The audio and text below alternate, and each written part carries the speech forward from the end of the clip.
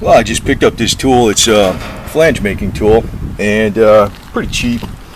And it's good for about a 1/16 of an inch, which is about 16 gauge. This is 18 gauge, a little bit thinner. And it requires about 90 pounds on it. And supposedly it works like you stick it in here like this. And you go.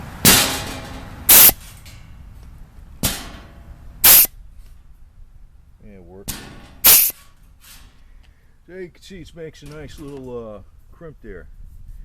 And just perfect. So what I'm going to do is I'm going to be, well, first I'm going to be doing a Jeep, but when I go to do this thing on this car, instead of buying stuff, I'm just going to get the sheet metal and cut it out. And that's a tool that goes in there straight, like in other words. Once you cut it out, you can stick it in there like this, and that's it. You know, you can make the flange, and you can put a piece directly over it. But what I decided to do is use a type of glue which is designed for putting on quarter panels and stuff. And I heard like now at the factory they use this type of adhesive.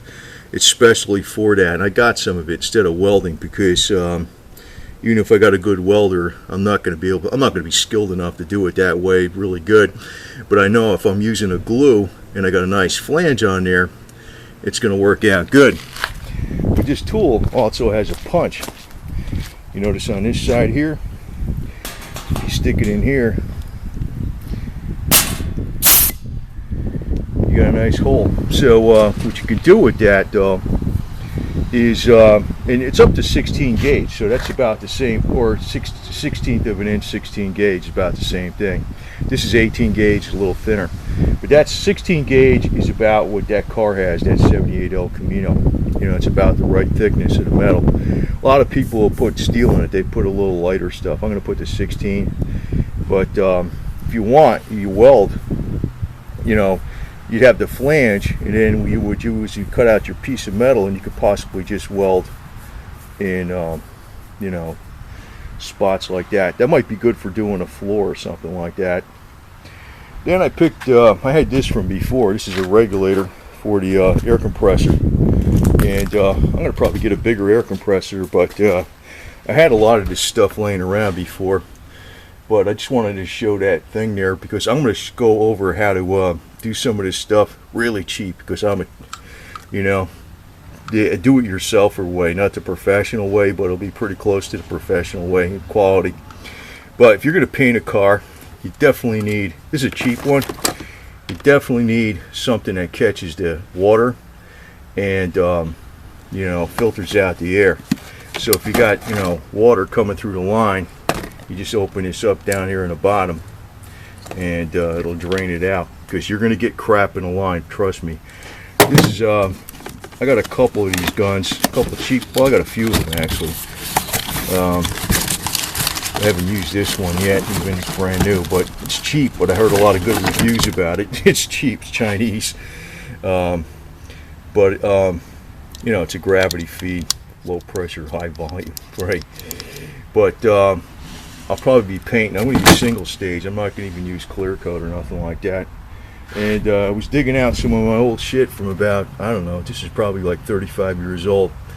I used to use, I was an amateur, but I wasn't too bad at this stuff, but I still got some of this stuff. But I can tell you the truth, you know, I seen one guy that was a professional, not a friend of mine, but was a friend of a friend. He was a professional auto body man. He worked in, you know, place and everything like that. He knew his shit. He didn't use the body hammer, you know, or nothing. He used an axe, a hatchet. I swear to God, man, he used a hatchet on almost every damn thing. A hatchet. Not even a claw hammer, a freaking hatchet. And when he painted, he didn't paint like, you know, you go over here and you go, you know, right, like that. He went like this. He hit that spot and hit this spot, and he just did it by eye, and it came out right. I don't know what the hell he did, man. But sometimes, you know what it is? You could do it wrong. You need a lot of practice. That's really what it is. There's a skill to this shit.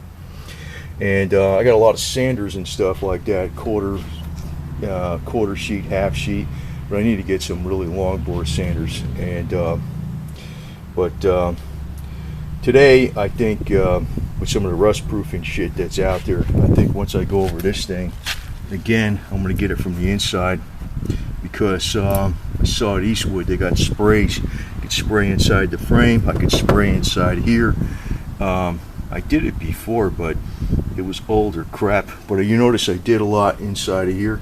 That's all that was hit with rusty metal primer and wheel paint, like it's made for wheels. In other words, it's chip resistant. That was before it even had some of these specialty products. This was done probably a good 10 years ago or something like that. It's still on here because I cleaned it off good. But you know, I'm just getting organized, because I'm probably going to get another compressor bigger than this little thing, because this thing is too small. And but I don't want to get something too damn big, because I'm just a home user. I'm not a pro.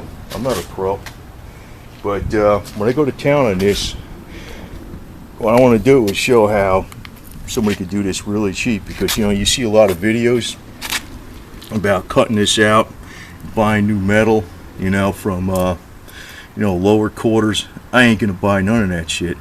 I'm just gonna get some raw metal, and I'm gonna do it like this with the flange, and then cut it out.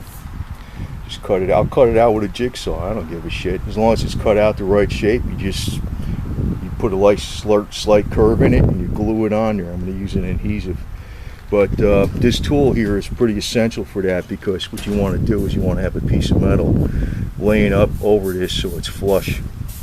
But I like the idea of the adhesive, because it's the new type of adhesive is very strong. But if I do it for a floor, what I'm going to do is I'm probably going to put some rivets in it, some pop rivets, and hammer them down, and then use some like construction adhesive over it. And I'm not going to use Por 15. I'm going to use this other shit that's been out for a lot longer. It's called, from Magnetic Paints, it's called Chassis Black.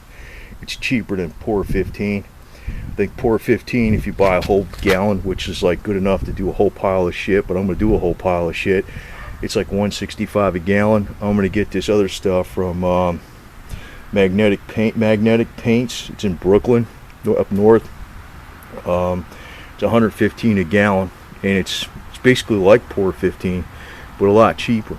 And you can hammer on it and never chip and stuff. So I'm going to get that stuff instead of Por 15 and do the rust proofing. So when I do this, I'm just going to do it a piece at a time. But with the idea, when I put this out, I'm going to show people how to do it really, really cheap.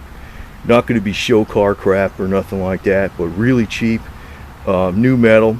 And rust proofed as all hell, so you could take that damn thing out in the snow and the mud and drive it around and not worry about crap. So with new steel in there, because I like the idea of gluing it in here a lot better, because if you weld, you know, even if it's a really good weld, you know, how the hell are you going to get on the inside, you know, to get that like all coated up really good?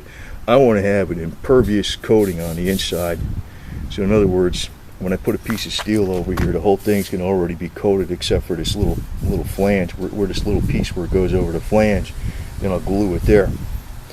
So that thing is going to be, so like that car went underwater, man, it ain't going to even freaking rust. That's the way I want to do it. So, but you need this tool, man. It's about 50 bucks. It's about 50 bucks. And, you know, it works just great. Just as a word, you know, on the brand new cars and real cheap compact cars, you might be working with 18 gauge steel. You can use 18 or 20 on the old muscle cars. This is 78. This is about 16 gauge. That's what I'm going to get for it. But it's got a lot of shit to do when I looked at it, because they had body work done on it before. It's going to be a pain in the butt, believe me, I know it.